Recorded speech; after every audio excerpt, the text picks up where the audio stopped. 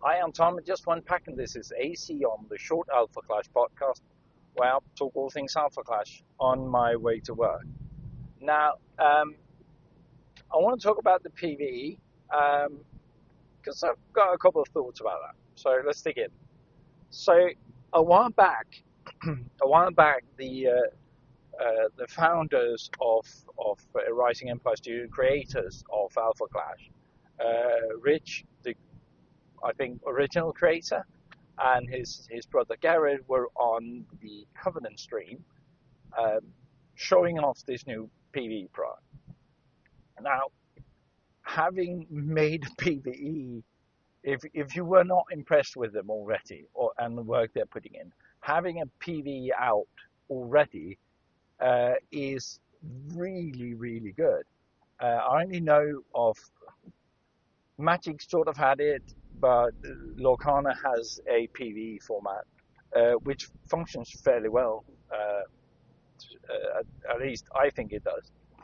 And so just having that out is sort of an achievement, right?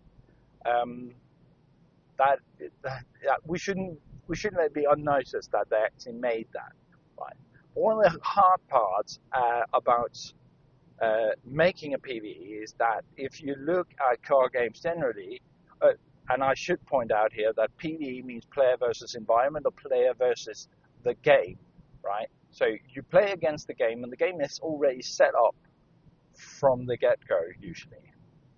And the hard part about this is how do you scale when your players start building their decks.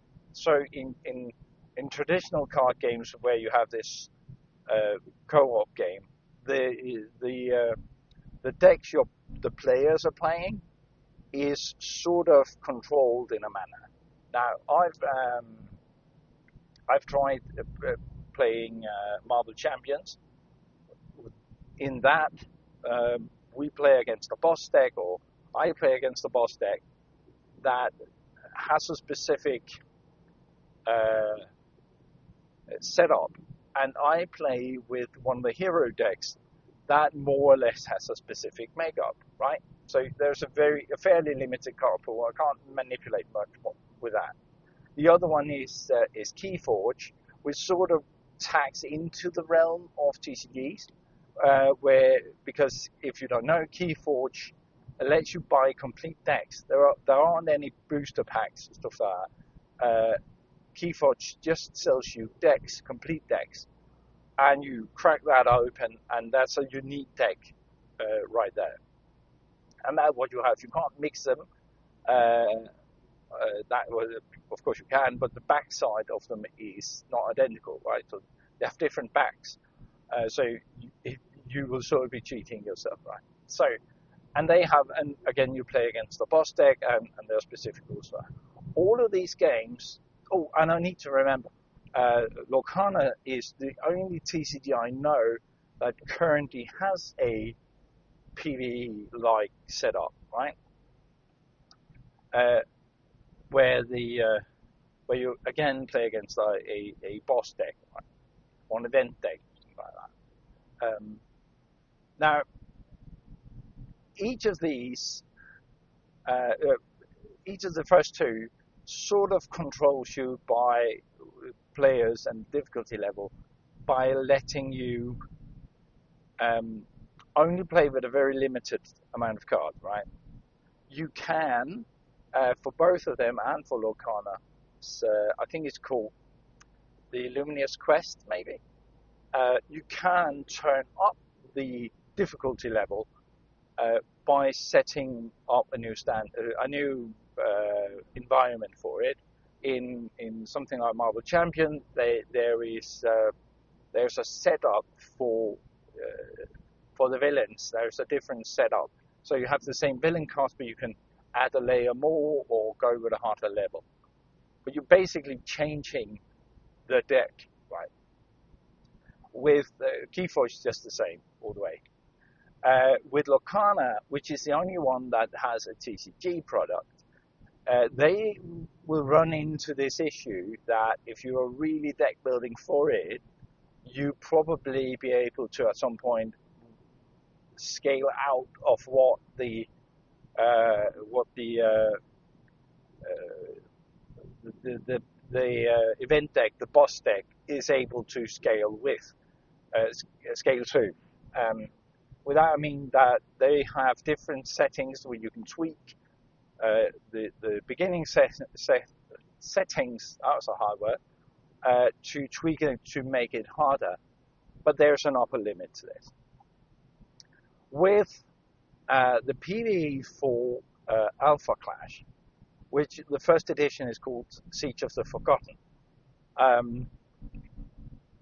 that limit is pushed even further. So the way this works is there are two game modes that scale a bit. One is the fully automated mode, which is what we would know from something like Marvel Champions or well, all of them actually, because there is a specific set of rules with a specific deck, and this is what you're playing against, right?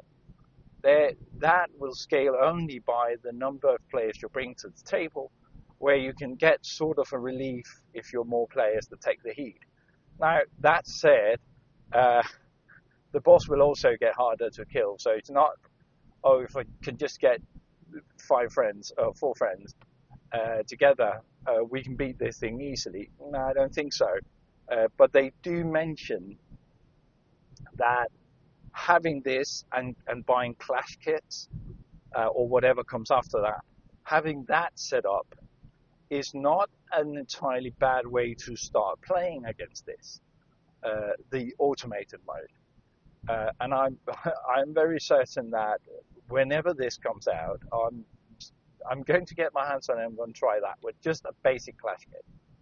That being said, there is a need to scale up. Now, PvEs are mostly a social game, right? So, and that goes for all of them. It is something you do with a group of friends in a fairly non-competitive way, right? But even so, if you are TCG, if you're TCG and you're TCG players, the very idea of tweaking your deck is sort of integral to the way we think as TCG players. So not being able to scale when people move out of the zone of treating it like a board game and start treating it like a TCG and start tweaking their decks, not being able to scale with that can be an issue for the game, right? For the popularity of the game. Now, for most players, and I know for most of my play groups, the PvE in the automated mode that just plays like a board game is perfectly fine. And if, let's say, in a year, there will be a new version of the PvE or new boss deck, a new boss of the PvE, perfectly fine. We just keep on playing into that and with new clash kits or decks or whatever they're called. That is fine. For the other play group, if I were to bring this to it, or would I play it at home with my boy,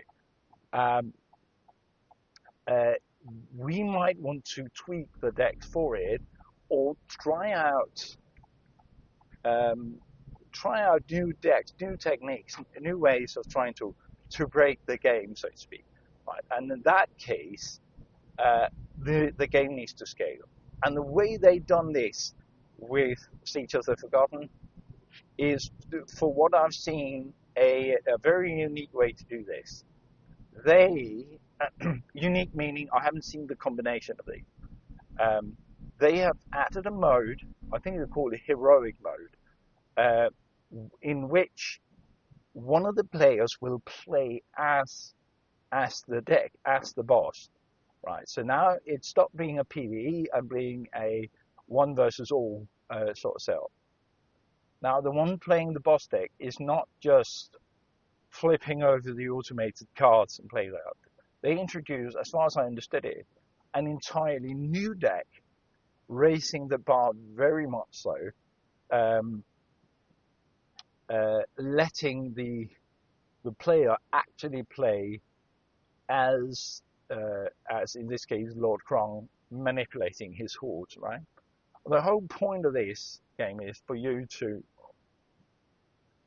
manage the hordes, sort of fight down the hordes and close the portal and defeating Lord Krong, right? And when you put a player in control of that, instead of an automated system, and you give the player extra tools to do so, that is that makes it very much harder. It is, of course, controlled by how good the player is, but it will be harder to beat, no matter what, than the fully automated. Now, having that set up, I haven't seen before. There are plenty of games with one versus all, sure, but not in a TCG setting like this. Now, I would have wished that they would release upgrades for the boss decks, at least in what this heroic mode, right, where one player plays the deck. But let's see how good or hard it is to conquer that, to win, before we start dreaming about those kinds of things, right? Because they added an extra level on this. So there is this heroic mode where there's a player playing it, and if your decks are being too good for that mode, you can go one step above and activate what they call the red letters on the cards, which will give them even more powerful effects. And that is that's like an insane mode. I can't remember the name of it, but what they were very adamant that they would not play against the red texts, and they did not win on the stream, even though they had decks that were sort of meant to play the PvE, right? So they were not even close to winning, to be honest. So there is this very interesting way to scale up the decks, scale up the PvE to accommodate more and more powerful decks and players that want to challenge themselves. I think that is an absolute brilliant idea, to letting us switch that up. Now, say you're introducing new players to this, and this is the way I'm thinking about it. If I'm introducing new players to this, they can play 2 or 3 against the boss which I am controlling, right?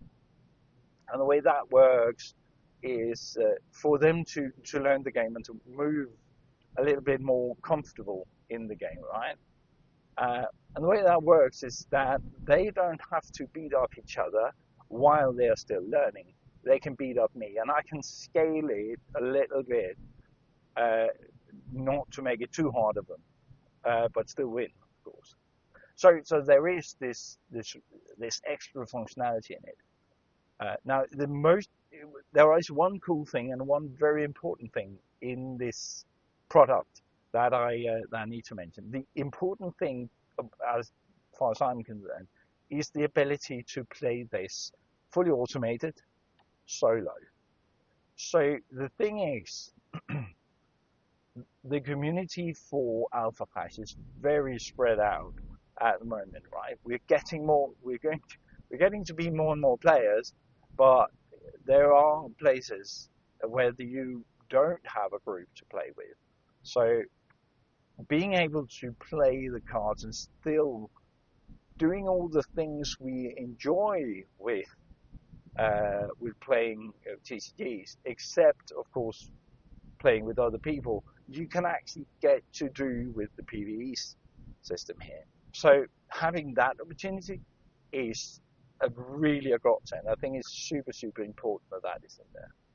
Now, it wouldn't be a Rising Empire Studio product, an Alpha Clash product, if there weren't at least one more twist to the tale, right? Because I think I mentioned this before. It seems like they're doing all the things that everyone else is doing, if it makes sense to them.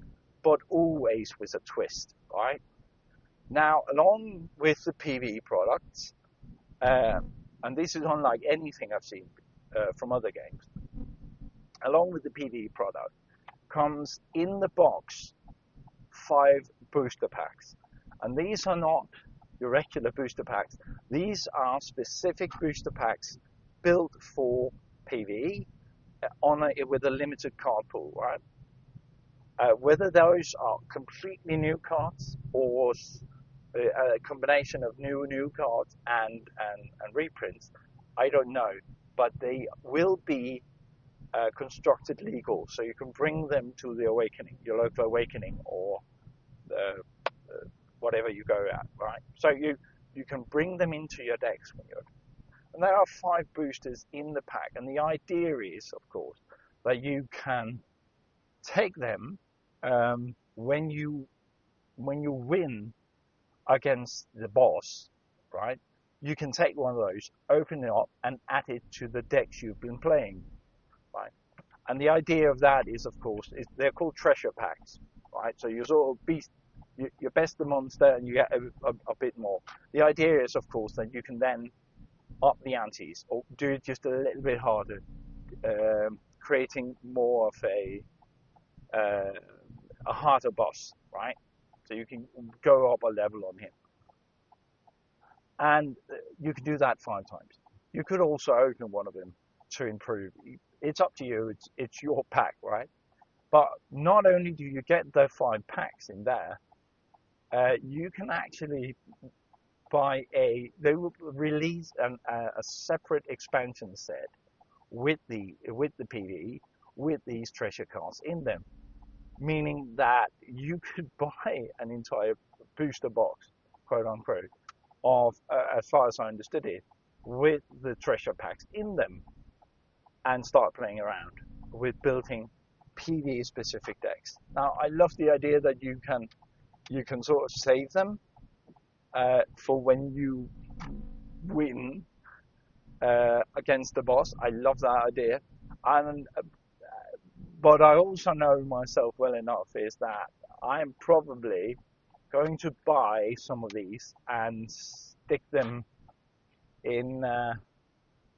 We're probably going to open 1 or 2 of them on the channel, right? Because I want to see what's in them, right? So I might just open some just like regular booster packs, but the idea that you can get them, play to win them in your game is really, really, really cool. So I am so excited for this. It was meant to originally to come out in May. We still do not have a release date. I'm guessing somewhere in the summer, right? But it seems like it was very, very close to completion, at least to a point where they could actually show it off. So that was it for me. That was a lot around about what I'm looking forward to with the PvE. If you like this, don't forget to like and share and comment and stuff like that. And other than that, I'll just talk to you next time. Bye.